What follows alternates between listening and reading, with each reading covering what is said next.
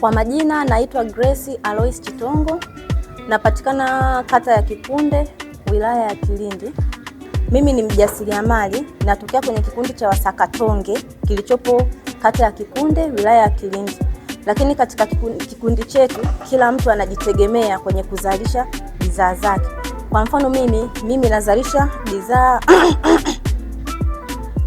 natengeneza jiki dawa ya kutoa madoa kwenye nguo.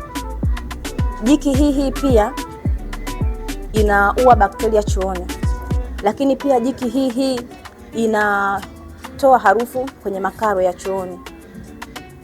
Lakini pia natengeneza hand wash.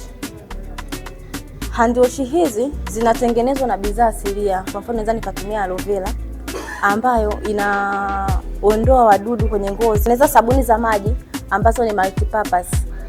Ninaposema multipurpose maana yake ni sabuni ambayo inatumika kwa matumizi tofauti tofauti. Inatumika chooni kusafisha choo, lakini pia inafua. Inatumika kwa matumizi ya kufuria nguo, lakini pia inaosha vyombo.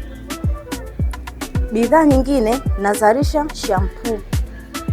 Shampoo hii hapa inatumika kuoshea nywele, lakini pia ina matumizi yake ni kwamba inakuza nywele.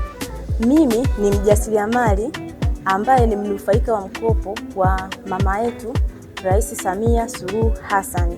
Kikubwa zaidi, bidhaa zangu ninazozizalisha hapa zinatumia malighafi zinazotoka kwenye wilaya hii ya Kilindi.